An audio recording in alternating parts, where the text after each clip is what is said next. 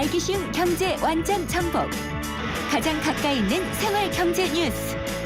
김은경의 생생경제. 오늘도 하품하다 하루가 다 갔어. 착한 활력이 필요해. 기운이 뿅 생겨났어. 활력이 슝슝 생겨났어. 착한 활력 비타민으로 채워주세요. 착한 드링크 비타오백. 논란이 되고 있는 경제 이슈를 파헤치는 생생포커스. 논란의 쟁점은? 제사 이동통신이 허가되면은 통신비 낮아질까를 주제로 인터뷰해보도록 하겠습니다. 생생경제 3부 시작합니다. 오늘 오후에 이 통신비와 관련된 아주 중요한 공청회가 열렸습니다. 이 가장 중요한 안건 중에 하나가요. 바로 그동안 수차례 선정에 실패했던 제사 이동통신에 관한 것이었는데요. 이번에는 분위기가 좀 다른 것 같긴 합니다. 지난달 처음으로 제사 이동통신 허가를 위한 기본 계획과 함께 주파수 할당 공고가 나왔고요. 정부가 이만큼 사업자 선정에 의욕을 보이고 있다는 점이 다릅니다. 제사 이동통신 과연 출범이 가능할까요? 그리고 정말 출범하면 소비자들에게 도움이 될까요?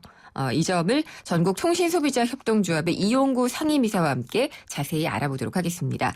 이용구 이사님 안녕하십니까? 예, 안녕하세요. 네, 그동안 이 번번이 실패로 돌아갔던 게 제사 이동통신이었거든요. 근데 예. 이게 제사 이동통신 하면은 뭐겠구나라고 짐작들은 하는데 정확하게는 모르시는 분들이 있어요. 어떤 건지 좀 설명부터 해주시죠. 예, 기존에 이제 통신사인 KT나 SKT, LG 플러스가 문자나 음성이나 데이터를 상품을 만들어내는 네. 공장이라고 한다면은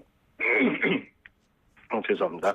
예, 말씀하세요. 알뜰폰 업체들은 이 상품을 대량으로 매입해서 싸게 판매하는 유통입니다. 네.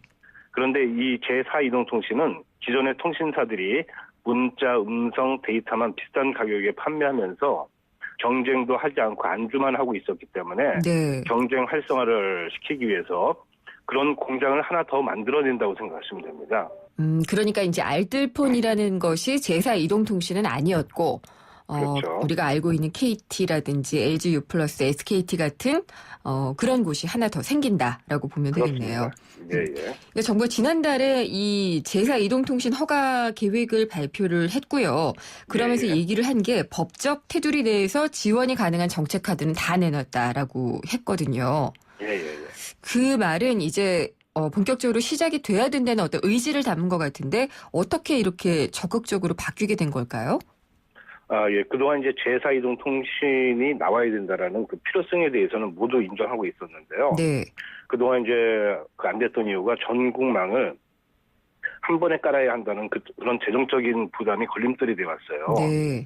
그런데 이번에 정부에서 이 부담을 대폭 완화시켜줬습니다. 어떤 식으로요? 예, 즉 단계적으로 네트워크 구축을 이제 허용해 준 것이죠. 그래서 첫 해에는 수도권을 중심으로 25% 네트워크만 구축하는 사업을 할 수 있게 해주고 이거를 5년 동안 나누어서 전국망을 구축하게 해줬습니다. 예. 그 기간 동안에는 이제 다른 통신사들, 기존 통신사들의 통신망을 로밍 서비스를 사용을 해가지고 이용해서 사용할 수 있게 해주고 또한 그 망을 사용하는 사용 대가 이거를 상호 접속료라고 그러는데 네. 그것도 더 싸게 해주겠다는 겁니다.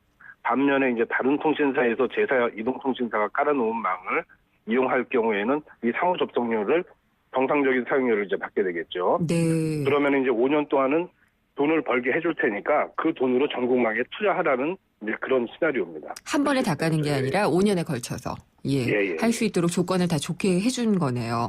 예, 근데 번번이 선정에 실패했던 이유가 바로 재정 능력 때문이었는데 이게 바로 한 번에 다 망을 깔려면 드는 게 엄청난 부담이어서 그랬을 것 그렇죠. 같아요. 청각적인 비용이죠. 예. 네. 근데 이번에 이렇게 좀 규제라고 해야 할까요? 문턱을 좀 낮춰주면은 출사표를 던질 수 있을 만한 기업들이 있을 것 같은데요. 예, 기존에 이제 뭐 KMI나 IST나 자유총연맹이 중심이 되었던 국민통신 등이 도전해왔는데, 네. 앞에서 말씀드렸던 문제점들 때문에 전부 실패했었어요. 그런데 이번에 정부에서 발표한 대책은 네. 그야말로 좀 획기적인 대책입니다. 이미 통신시장에 들어와 있는 CJ나 타강그룹 같은 데서도 도전할 수 있을 것 같고요. 네. 그리고 기존에 이제 기업들 중에서 현대나 삼성, 특히 삼성 같은 경우는 이제 단말기를 생산하잖아요. 네. 예, 여기도 지금 연관성이 굉장히 높을 것 같고, 그리고 롯데와 같은 전국적인 유통망을 가지고 있는 기업들에게는 예. 새로운 기회가 될 수 있지 않을까 저희는 생각하고 있습니다. 근데 뒤에 말씀하신 현대나 삼성, 롯데 같은 곳들이 들어오게 되면은 시장의 판도가 크게 좀 요동치진 않을까라는 생각은 들기는 하는데, 앞서 예. 말씀하신 곳들은 여기에 비해서는 조금 좀 규모가 작은 곳들이잖아요. 예, 그렇죠. 그래서 만약에 규모가 작은 기업들이 들어오게 된다면은 뭐 예, 5년 예. 동안에 나눠서 한다고는 하지만 전국망 구축이라는 작업을 오랫동안 하더라도 쉽지 않을 수도 있을 것 같거든요. 예. 그렇기 때문에 이번에도 정부에서는 허가 심사할 때 기본적인 재무적인 능력을 볼 겁니다. 네. 그리고 또한 이러한 부실에 대비하기 위해서 일정한 자본금을 납입을 해야만 사업 허가를 내주기 때문에 네. 이런 부분들은 뭐 걱정하지 않아도 될 것 같습니다. 예. 그리고 제사 이동통신이 출범을 하게 된다면은요. 이동통신 네. 시장 지금 이제 빅3 이통사 네. 세 곳과 알뜰폰 업체들이 경쟁을 하고 있는데 어떤 변화가 나타날 수 있을까요? 큰 변화가 나타날 겁니다. 통신은 기본적으로 플랫폼 사업입니다. 예. 네트워크 사업이죠. 기존의 통신사들이 이제 망만 깔아놓고 그 망 사용 대가만을 수익원으로 해가지고 비싼 통신료를 받아왔는데 네. 그것이 이제 모두를 힘들게 만들었던 겁니다. 그리고 이제 이런 것들을 인해 가지고 국내 ICT 산업의 발전도 지금 막아왔어요. 모든 산업이 이제 플랫폼을 중심으로 융합되어가는 시점에 우리나라 통신사는 이러한 글로벌 트렌드를 외면하고 문자, 음성, 데이터만 만들어서 줄기차게 팔아왔습니다. 네. 그런데 이런 이제 새로운 컨텐츠를 만들어가지고 새로운 산업을 만들고 일자리를 만들 생각들을 안 하고 편하게 이제 자기 것만 지키기에만 바빴던 거죠. 그런데 이제 새로운 이 제사이동통신이 시장에 들어오게 되면은 제5세대 통신망을 가지고 들어오고 새로운 서비스와 컨텐츠를 가지고 들어오게 될 거예요. 네. 그렇게 되면은 기존의 통신 시장에 충격이 가해지고 기존의 통신사들 입장에서도 새로운 차별적인 가치를 만들어내야만 살아남을 수 있게 되기 때문에 네. 굉장히 이 경쟁이 활성화되고 활기차게 될 겁니다. 그렇군요. 그러면은 지금 말씀으로 유추를 해보면 예. 우리 일반 통신 소비자들에게 있어서는 경쟁이 더 치열해지면서 더 좋은 서비스를 받게 될 수 있는 가능성이 있겠네요. 예, 그렇습니다. 소비자들 입장에서는 환영해야 됩니다.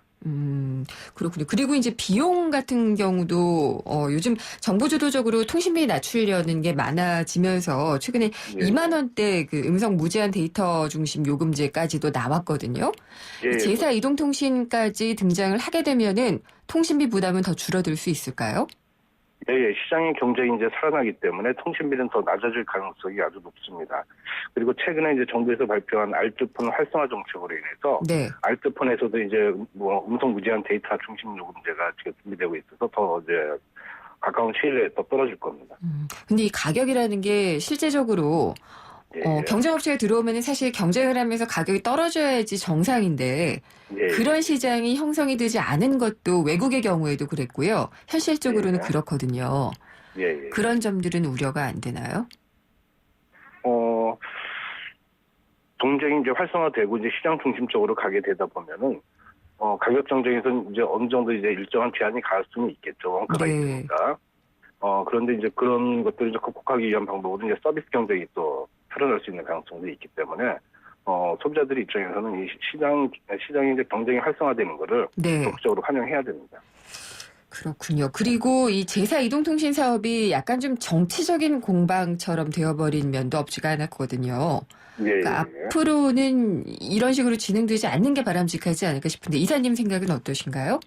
저희는 통신에 정치나 이념이 개입되는 것을 저희는 반대합니다. 네. 그리고 오로지 이 통신은 국민의 이익과 국가의 이익만을 추구해야 된다고 보고 있고요. 네. 그리고 지금까지 나온 정책들을 보면은 미래부가 파퓰리즘에 흔들리지 않고 일 잘하고 있다고 지금 저희는 보고 있습니다. 알겠습니다. 통신요금 인하와 국가 성장 동력을 만들어내려고 하는 진정성과 의지는 저희는 높이 평가합니다. 네, 앞으로 진행되는 사항도 지켜보도록 하겠습니다. 오늘 인터뷰 감사합니다. 예, 감사합니다. 한국 통신소비자협동조합의 이용구 상임이사였습니다.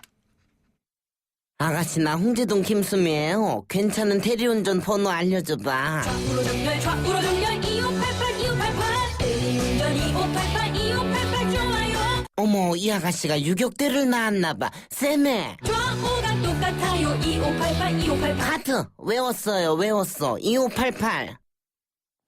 네, 잠시 후 생생경제 4부에서는요. 경제뉴스 뒤집기와 권영주의 달리는 경제하기 준비가 돼 있습니다. 잠시 후 4부에서 뵙겠습니다.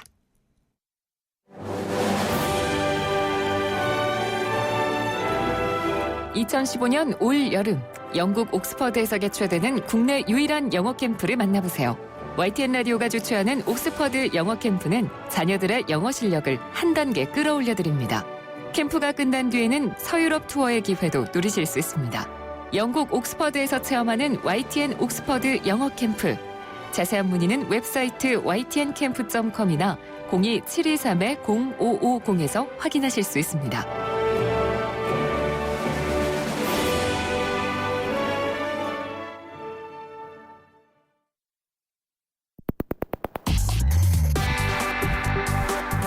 어려운 경제학은 가라. 귀에 쏙쏙 들어오는 김인경의 생생경제.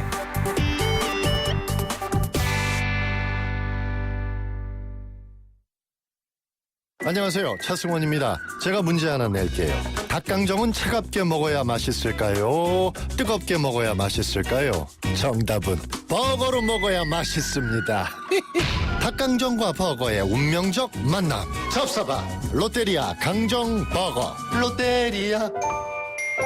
이호정 씨, MG 새마을금고는 어떤 금융이에요? 한결같이 당신만 바라봐주고 애인같이 당신만 사랑해주고 가족처럼 늘 당신 곁에 있어주는 아, 오직 나만 바라봐주는? 맞아요. MG 새마을금고는 당신만 바라보는 당신 바라기 금융이에요.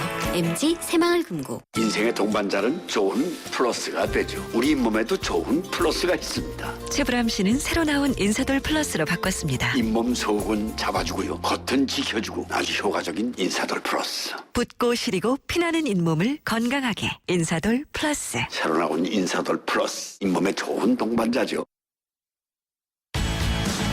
이건 왜? 뉴스에선 볼 수 없었던 뉴스 속 스토리. 경제뉴스 뒤집기 한판.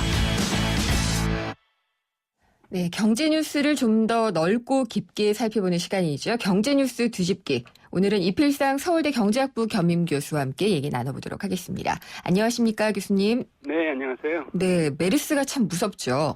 네. 그래서 이게 지금 나라 경제에 영향을 얼마나 미치겠느냐 처음에는 사실 잘 몰랐거든요. 네. 근데 거리에 차들도 안 다니고 유통업체 텅텅 비고요. 네. 중국인 관광객도 안 오고 이러는데 크게 부정적인 영향을 미치지 않을까 좀 걱정이 되네요. 네, 메르스 공포가 경제 공포로 전염되고 있는데요. 예.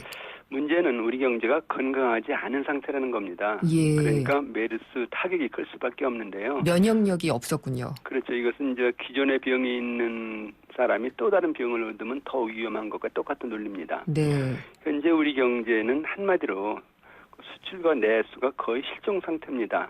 대외적으로 보면은 수출이 5개월째 감소하고 있는데요. 네. 중국의 발목이 잡힌 상태에서 일본의 엔저 공습을 받고 있다. 그래서 속수무책이다. 뭐 이런 평가고요. 대내적으로 보면은 물가가 하락세를 보이면서 소비 심리와 투자 심리가 한꺼번에 무너지는 디플레이션 함정에 지금 빠지고 있다는 것이거든요. 네. 이런 상태에서 이제 메르스 사태가 터지니까 이제 걱정이 많은데 여러 가지 면에서 지금 이 여러 가지 타격을 받고 있습니다. 우선 아까 잠깐 말씀하신 대로 관광 산업이 직격탄을 받고 있는데요. 그렇죠. 그러다 보니까 항공이라든가 유통이라든가 호텔 이쪽이 이제 지금 상당히 지금 어려운 국면으로 빠지고 있습니다. 네. 그다음에 이제 그 국내 소비가 지금 급격히 감소하고 있는데요. 학교 휴업하고요, 모임 취소하고요, 외식 안 하고요, 사람들 자꾸 집에 머물고 그러니까 그나마 이제 이루어지던 국내 소비가 자꾸 이제 줄어들고 있다 하는 것이고요. 네. 그다음에 세 번째는 증권 시장이 지금 계속 하락세를 보이고 있습니다. 예. 그래서 그동안 그래도 이제 우리가 팽창 정책을 펴면서 주식 시장이 살아났다. 그래서 경기가 살아나는 것이 아니냐 그런 기대도 했었는데. 있었는데 그런 기대가 지금 자꾸 사라지고 있다는 것이고요. 근데 가장 큰 문제가 국가 신인도가 하락하고 있다는 겁니다. 우리나라는 의료 산업이 발전한 선진국이다 이런 인식이 있었는데 네. 한국 보니까 이제 전염병 막지도 못하고 오히려 다른 나라까지 지금 퍼뜨리고 있는 것이 아니냐 이런 어떤 이제 불신이 생기고 있다는 것이거든요. 네. 그러니까 이제 해외에서 투자 유치라든가 수출 상담이라든가 이런 것이 불리한 상황이 될 수가 있고요. 더 나아가서 한류 문화라든가 패션, 의료 관광 같은 우리나라 미래 산업도 이제 타격을 받을 수 있다는 겁니다. 네. 이렇게 친다면은 이게 빨리 수습이 돼야지 그렇지 않으면 경제에 타격이 클 수 있다 이렇게 좀 생각을 해야 될 것 같습니다.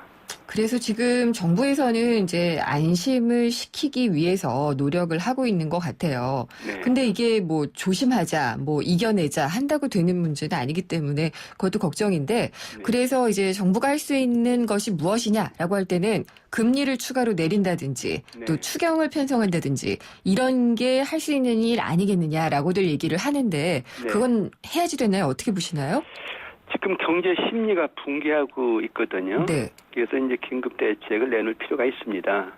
그래서 이제 지금 내놓을 수 있는 대책이 금리 인하하고 추경 편성 두 가지인데요. 네.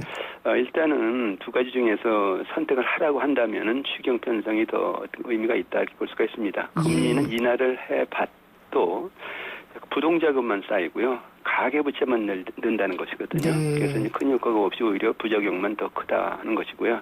이제 추경을 편성하면은 정부는 좀 어렵겠지만은 우선 정부가 직접 일자리를 만든다든가 직접 소비를 한다든가 직접 투자를 한다든가 이런 어떤 이제 행위가 추경 아닙니까? 네. 이렇게 되면은 이제 경제가 이제 심리가 좀 살아날 수 있다. 그래서 그 메르스 위기를 우리가 극복하고 다시 한번 일어서자라는 어떤 분위기가 만들어질 수 있다는 것이거든요. 네. 근데 여기서 우리가 확실해야 될 것은 그래 메르스 지금 이제 타격이 클 것 같으니까 빨리 추경 편성하자. 그거 자체로 끝나면 절대로 안 된다는 겁니다. 그러면요? 왜냐하면은 경제가 이제 병이 든 상태에서 그동안 이제 돈을 많이 풀어서 일종의 마약 처방이라고 볼 수 있는데 이번에 또 추경 편성한다면 마약을 또 쓰는 것이거든요. 그러면 뭐 계속해서 마약사가 경제 체질이 그때 주저앉으면 정말 그때는 이제 우리가 이제 구제하기 어려운 상황이 될 수 있다는 얘기인데 그렇게 친다면 이번에 만약에 추경을 편성한다면은 네. 경제가 앞으로 어떻게 살아날 것인가에 대한 새로운 청사진을 내놔야 된다는 것이죠. 그래서 뭐 신산업을 발굴해서 먹거리가 이런 것이다. 예. 뭐 구조계획을 해서 중소기업을 살린다. 또는 뭐 연구개발을 해서 체질을 개선한다. 이런 거에 대해서 좀 새로운 청사진을 내놓고 그래 빨리 추경 편성해서 위기 극복하고 새로운 어떤 그 비전을 가지고 나가자. 이런 어떤 큰 희망을 주면서 정책을 펴야지 무조건 돈만 좀 풀어서 일단 위기 극복하자 이렇게 나오면 안 된다는 겁니다. 근데 정부에서는 왜 그렇게 논리적으로는 설명을 안 해주는 걸까요? 글쎄 정부로서도 여러 가지 이제 노력을 많이 하고 있는데 근데 기본적으로 정책 기조가 결국은 정부 예산 확대해서 이제 편성하고 그다음에 더 나가서 금리 인하해서 경제를 살리자 그렇게 되면 경제 살아날 것이다 이런 어떤 아니라는 어떤 이제 판단을 하고 있는 것 같아요. 경제 구조적이고 근본적인 위기에 대해서 아직 인식이 좀 부족한 것이 아닌가 이런 어떤 생각이 듭니다. 오늘 보니까 이제 그 외국계 투자은행 모건 스탠리가 보니까요. 이게 한 달 넘어가면은 메르스가 넘어가게 되면은 소비 위축 때문에 결국에 한국 성장률이 올해 한 0.15%포인트가 낮아질 것이다. 이렇게도 예측을 했는데 과장된 건 아니겠죠? 아니라고 봅니다. 지금 3% 성장이 더 어려울 것이다 그런 어떤 이제 예측들이 지금 나오고 있는데요. 이번에 우리가 그나마 그래도 이제 경제가 버티고 있는 것이 수출 때문인데 그것이 지금 감소하고 있거든요. 근데 여기에서 만약에 메르스 사태 때문에 내수가 지금 가라앉는다. 그리고 수출이 더 타격을 받는다. 이렇게 되면은 성장률 당연히 떨어지죠. 옛날에 중국과 홍콩에서 발생한 사스 같은 경우에 보면요. 중국 경제가 2003년 1사분기 때 10.8% 성장했다가 2분기에 그것이 7.9% 이렇게 엄청 떨어졌었거든요. 근데 우리나라도 그런 현상이 나타날 가능성이 크다는 것이죠. 그래서 성장률이 떨어진다. 경기가 더 위축된다. 더 나아가서 경제가 더 기력을 상실한다. 이런 면에서 우리가 좀 위기감을 가져야 됩니다. 네. 내수도 내수지만은 계속 말씀하셨지만 수출이 줄고 있어요. 이게 참 걱정인데 박 대통령은 이번에 그 한중 FTA 자유무역협정 공식 서명을 하면서 최근에 수출 감소세는 한중 FTA가 돌파구가 될 것이다라고 얘기를 했어요. 네. 실제로 그렇게 될 수 있을까 좀 의문이긴 한데 어떨까요? 당연히 그렇게 되도록 뭐 정말 피나는 노력을 해야 된다 이렇게 봐야 되는데요. 네. 이거 FTA라는 것이 뭐 서로 경제 국경 열고 상생의 경제 발전을 하자 이런 차원에서 이제 체결을 하는 건데 네. 내용적으로 보면은 경제 국경 열고 서로 영토 싸움하자 이겁니다. 그래서 만약에 우리가 이번에 그 제대로 대응을 안 하면은 우리 영토를 중국한테 경제 영토를 중국한테 넘겨주는 그런 현상이 발생할 수 있다는 것이거든요. 네. 그래서 우리가 어떻게 해서든지 중국 그 시장에 진출을 해서 중국 경제 영토를 우리가 차지하는 그런 노력을 해야 되는데 그러지 않고 무조건 FTA만 체결하면은 수출이 늘 것이다 이렇게 아니란 생각하는 것은 좀 위험하다 하는 생각이 드는데요. 네. 이번에 특히 이제 한중 FTA에서 우려되는 부분이 20년 전에 중국이 경제를 개방할 때 중국은 우리나라에게는 기회의 나라였습니다. 예. 근데 최근에 이제 중국 경제가 우리 경제를 계속 따라잡으면서 오히려 우리 경제를 위협하는 공포의 나라가 됐다는 것이거든요. 그래서 앞으로 계속해서 우리나라 산업이 중국 산업에 이제 추월을 당할 가능성이 큰데 이런 상태에서 FTA 체결하자, 그래서 관세 없애자 이렇게 나오면 오히려 이제 중국 경제가 우리 경제 영토를 이제 차지하는데 날개를 달아주는 격이 될 수도 있다는 겁니다. 네. 그러니까 결코 이렇게 되면 안 되고 반대로 우리 경제가 날개를 달고 중국 시장을 결국 이제 차지하는 그런 어떤 이제 전략이 나와야 되는데 우리로서는 뭐 기업이나 정부가 정말 과거와는 다른 어떤 이제 엄청난 노력을 해야 되겠죠. 네, 산업별로 보면은 일단 당장에 좀 보이는 이득이 있는 산업도 있는 것 같고요. 네. 당장에 또 부정적인 영향을 받는 산업도 있는 것 같아요. 그렇습니다. 우선 패션이라든가 화장품이라든가 가전, 고급 식품 이런 것들은 우리에게 이득이 될 것 같은데요. 네. 중국 소비자들의 선호도가 아주 높고요. 수요가 빠른 속도로 증가하고 있습니다. 그래서 상당한 이득입니다. 근데 이제 섬유나 의복, 생활용품은 그 중국 상품이 굉장히 가격이 싸거든요. 네. 우리가 이제 그게 따라갈 수 없다 하는 얘기인데 이 과정에서 특히 문제가 되는 것이 중소기업들이 타격을 집중적으로 받는다는 겁니다. 네. 이제 섬유나 의복, 생활용품 이런 건 주로 중소기업들이 이제 생산을 하면서 중국에 수출을 많이 하고 있는데 이 타격을 받으면 그렇지 않아도 우리나라 중소기업들 어려운 상황인데 이제 더 어려워진다는 얘기인데 그렇게 하면 이제 경제 고용이 더 악화되면서 또 타격을 받을 수가 있겠죠. 네. 또 하나 문제는 농수산 쪽인데 예. 쌀이나 쇠고기, 돼지고기 이런 거는 일단은 양화 대상 품목에서 제외를 했습니다. 네. 그런데 그 우리나라 그 농수산 품목 수로 따지면은 곡물이나 사료 등을 포함해서 70% 농산물이 중국에 이미 개방이 됐습니다. 그래서 네. 지금 식탁은 뭐 중국에 점령된 것이다 이렇게 이제 봐도 과언이 아닌데 예. 그러다가 친다면 일부 품목 빼놓고는 계속해서 농수산이 타격을 받을 수 있다는 것이거든요. 그러니까 농민들도 이제 걱정이죠. 예. 대응도 해야지 될 것 같네요. 오늘 말씀 잘 들었습니다. 감사합니다. 네네. 예. 이필상 서울대 경제학부 겸임 교수였습니다. 생생경제를 다양하게 만나는 방법. YTN 라디오 앱 예스와 YTN 라디오 웹사이트, 팟캐스트를 통해서 실시간 청취와 다시 듣기가 가능합니다. 언제 어디서나 손쉽게 만날 수 있는 생생경제. 참 좋다.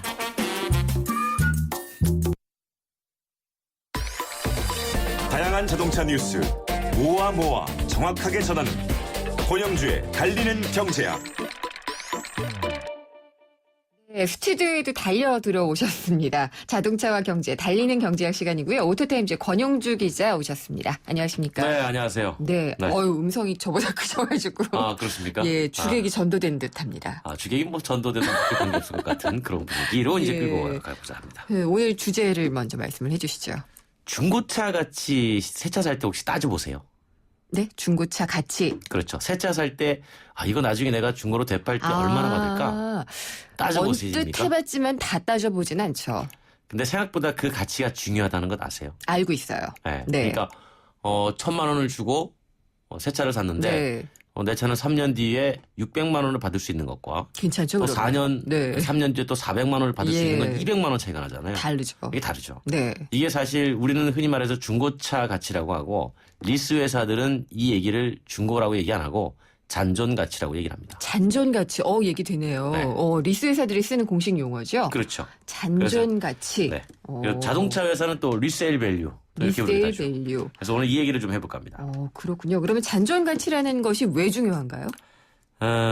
예를 들어 100원짜리 차 A하고 B 두 대를 사가지고 임대를 받고 빌려주는 사업자가 있다고 하죠. 리스 업체군요. 그렇죠. 예. 똑같이 이제 3년 운영한 뒤에 차를 회수해서 되팔지 않겠습니까? 네. 근데 그때 회수를 해봤더니 A라는 차는 60원을 받을 수 있고 네. B라는 차는 40원만 받을 수 있다고 한다면 빌려 타는 사람은 당연히 되팔 때 60원짜리 차를 이용하게 될 겁니다. 그러니까 왜냐하면 리스 이용자는 3년 동안 40원만 내면 되거든요. 그렇게 되나요? 그렇죠. 예. 근데 반면에 이제 B를 이용할 때는 60원을 내야 되잖아요. 네. 그러니까 리스 이용자 입장에서는 잔존 가치가 높은 차를 타는 게 실질적으로 이용할 때는 비용을 적게 낸다는 겁니다. 그렇죠. 잔존 가치가 높은 만큼 내 돈을 덜 내게 되니까. 그렇죠. 예. 네. 그러니까 우리 국내에서도 뭐 지난번에 말씀드렸지만 지금 뭐 개인이나 법인이나 리스 많이 하잖아요. 네. 근데 이제 리스 하시는 분들이 사실은 그 중고차 잔존 가치 많이 안 따집니다. 그래요? 네, 생각보다. 근데 이런 것도 한번 따져보는 것도 충분히 되는 거고요. 예. 리스 이용자가 뭐 많이 늘어나고 있기 때문에 이 잔존 가치는 사실 뭐 자동차 판매량을 결정할 때도 상당히 중요한 요소로 작용하고 있어요. 근데 같은 차라고 하더라도 여러 변수가 있어서 가격이, 그러니까 잔존 가치가 달라질 수 있을 것 같아요. 같은 브랜드라도. 그렇죠. 왜냐하면 그 옵션이 다를 수 있기 때문에 그렇죠. 그 신차 가격이 예를 들어서 뭐 100만 원에서 뭐 150만 원 사이다. 그러면 100만 원짜리 차의 잔존 가치와 150만 원짜리의 잔존 가치는 다를 수 있겠죠. 대개의 경우는 150만 원짜리가 더 높아지나요? 아니죠. 아닌가요? 네. 잔존 가치는 그 수요와 공급의 곡선에 따라서 움직입니다. 네. 그러니까 나중에 되팔 때 수요자가 많은 차종이면 당연히 이제 잔존 가치가 올라가는 것이고요. 수요자가 적은 차종이면 없는 거니까 150만 원짜리 차인데 막상 나중에 3년 뒤에 되팔라고 봤더니 수요가 많지 않더라. 옵션만 괜히 많은 그렇죠. 거죠. 그러면 옵션 비용만 부담하게 되는 거죠. 그렇군요. 그러면은 잔존 가치를 높일 수 있는 방법도 있을까요? 이게 그 재밌는 게요. 잔존 가치를 높이는 게 우리가 흔히 시장에서 중고차 가치를 높이는 법 이렇게 얘기하는데 이건 뭐 지금까지 여기저기서 얘기 많이 나옵니다. 어떻게 달아 사진 찍을 때 뭐 직사광선 밑에서 이쁘게 찍어라. 뭐 청소 잘해라. 뭐 이런 얘기인데 그거는 공부 잘하려면 책을 많이 읽어라 이런 그렇죠. 거죠. 아주 평범한 얘기고요. 이 잔존 가치를 높이는 거는 사실은 자동차 제조사의 브랜드 경쟁력이라고 보시면 됩니다. 그러니까 지금 잔존 가치를 높이는 게 개인이 잔존 가치를 높이는 작업이 중요한 게 아니라 자동차 회사의 잔존 가치를 그 자동차 회사가 얼마만큼 높이느냐가 신차 수요와 직결되는 부분이 된다라는 거죠. 그러면은 이게 혹시 우리나라에 들어와 있는 외국계 그 자동차 업체들의 브랜드가 있을 거고요. 그렇죠. 뭐 그 많이 있지만 어쨌든 좀 높은 가격에 팔리고 있고 우리나라 자동차도 있는데 같은 비슷한 그 용량의 자동차인데 가격은 우리께 더 싸잖아요. 그렇죠. 그래도 이 우리나라 자동차의 잔존 가치가 높을 수도 있는 거예요? 그럴 수 있죠. 이 잔존 가치는 수요와 공급에 의해서 움직인다고 말씀을 드렸잖아요. 그러니까 더 많이 찾으면. 그렇죠. 예를 들어서 신차 수요는 많은데 막상 3년 뒤에 중고차 수요가 별로 없다 그러면 그 신차는 3년 뒤에 중고차 잔존 가치가 상당히 떨어지는 겁니다. 그러니까 새 차가 많이 팔린다고 중고차 가치가 높으냐? 뭐 요거는 이제 조금 다른 문제인데. 하지만 뭐 일맥상통한 부분이 있습니다. 신차가 많이 팔리면 중고차도 조금 더 가치가 높아지는 그런 측면이 없지 않아 있는데. 그렇기 때문에 자동차 회사 입장에서는 소비자들이 전시장에 찾아와서 몇 년 타실 겁니까? 라고 물어보면 저는 3년 타고 되팔 건데요. 그러면 3년 뒤에 이거 얼마나 받을 수 있죠? 라고 얘기하면 지금 시장에서는 뭐 절반도 못 건집니다. 이렇게 얘기하면 안 되잖아요. 안 되죠. 그러니까 자동차 회사가 직접 나서서 그 차를 그러면 우리가 되사주겠습니다라고 하는 게 이른바 3년 중고차 가치보장 제도라고 하는 것이고요. 네, 들어본 것 같네요. 그렇죠. 또는 아예 우리한테 차를 넘기세요. 그럼 우리가 알아서 팔겠습니다. 이렇게 해주는 제도를 운영하고 있는 거죠. 그렇군요. 그래도 뭐 그런 시세도 나와 있지 않을까 싶어요. 뭐 도요타의 모는 뭐 잔존 가치가 얼마고 현대차의 모는 잔존 가치가 얼마다. 뭐 이런 식으로 비교해서 인터넷에도 있고 그렇지 않아요? 사실 이제 그 잔존 가치 얘기가 자꾸 나오는 게 이제 브랜드하고 품질하고 같이 경영돼서 나오는 이유가 미국에 가면은 이제 많은 분들이 이런 얘기하죠. 지금도 우리나라 소비자들이 미국에서 좀 사신 분들은 이런 말씀 많이 합니다. 야, 미국은 뭐 현대기아차가 또는 한국차가 아무리 많이 올라와도 일본 차의 잔존 가치가 워낙 높기 때문에 네. 일본 차를 사지 않을 수가 없다라는 얘기를 주변에서 많이 들어보셨을 실제로 거예요. 많이 타시죠. 그렇죠. 예. 바로 그런 겁니다. 그러니까 단순하게 3년 뒤에 되팔지만 5년 또는 10년을 타도 충분히 품질이 네. 내구력이 받쳐져서 그 차를 또다시 유통을 시킬 수 있을 때 이 잔존 가치는 당연히 올라가는 거죠. 그렇겠네요. 그러면 어쨌든 제조 회사들이 잔존 가치를 높이는 것이 중요하고 네. 그것은 실제로는 브랜드 경쟁력을 높이는 노력에서 비롯된다. 네. 라고 그러니까 볼 수가 있겠네요. 간혹 이런 얘기 들어보셨죠? 자동차 회사나 뭐 여기저기에서 품질 만족도 조사해서 나왔습니다. 예, 그런 있죠. 것들은 뭐 우리 차가 1등했습니다. 예. 뭐 이런 얘기 많이 하잖아요. 그렇죠. 그거를 전혀 믿을 수 없다고는 할 수 없지만 네. 과연 그거를 100% 신뢰할 수 있느냐라는 부분 한번 따져봐야 되거든요. 믿을 수 없는 건가요? 아니요, 믿을 수는 있는데 예. 여기에는 오해의 부분도 충분히 있습니다. 무슨 얘기냐면 예. 대부분의 품질 만족도 조사의 평가를 누가 하느냐면 그 차를 타는 사람이 합니다. 네. 그럼 그 차를 타는 사람 입장에서 보면 가격 대비 가치라는 부분이 들어가요. 그러니까 우리가 백화점에서 네. 5만 원짜리 셔츠를 사가지고 거기에 대해서 눈높이를 가지고 있는 기대치와 네. 시장에서 500원짜리 라운드 티셔츠를 사가지고 이 제품에 대해서 가지고 있는 기대치, 눈높이가 다르다는 거죠. 다르죠. 네. 예. 그러면 500원짜리 티셔츠는 올이 조금 나가도 네. 몇 번 빨아도 괜찮아. 500원 이 정도면 충분히 잘 좋았어. 네. 라고 하면서 만족도가 올라갈 수가 있고요. 그렇죠. 네, 반면에 백화점에서 5만 원 주고 산 셔츠는 예. 조그만 실 오락이 하나만 도져도 이거 이 비싼 게 왜 이래? 뭐야, 이거. 하면서 이렇게 되는 거기에 거죠. 대해서 만족하십니까라고 평가를 하면 네. 이건 뭐 별로야. 라고 평가할 수가 있는 거거든요. 그래요. 그러면 이 품질 만족도 조사는 제조회사에서 직접 하는 게 대부분인가요? 제조회사에서 하는 게 아니고요. 예. 물론 자체적으로 공개하지 않는 것도 하지만 예. 주로 이제 만족도를 조사하는 회사가 예. 이제 이용자에게 찾아가서 네. 이렇게 얼마나 만족하십니까라고 물어보는 겁니다. 그렇군요. 그래서 이제 그 차를 타는 사람들이 평가를 하는 것이기 때문에 네. 그 타는 사람들의 경제적 수준과 기대치가 다 다르잖아요. 네네. 그래서 이걸 동일선상에 놓고 점수 차이가 있다고 해서 네. 어느 게 더 만족도가 좋고 떨어진다 이거를 객관적 지표로 삼아서 비교할 수는 없다는 거죠. 알겠습니다. 그러면은 정말 이거 중요한 질문일 네. 것 같은데 우리나라 브랜드의 이 잔존 가치나 네. 브랜드 경쟁력은 어느 정도나 된다고 그러니까 평가하십니까? 지금 이제 제가 하고 싶은 말이 바로 네. 그겁니다. 우리나라 경쟁력을 올려야 돼요. 네. 우리나라가 지금 이제 신차 품질 지수 많이 올라가 있거든요. 그러니까 결국은 잔존 가치를 견정하는 건 VDS라고 하는 그 내구력 네. 이런 것인데 이런 것들이 지금 해외에서는 아직까지 좀 더 우리가 많은 인정을 좀 받아야 되는 노력을 해야 된다는 거죠.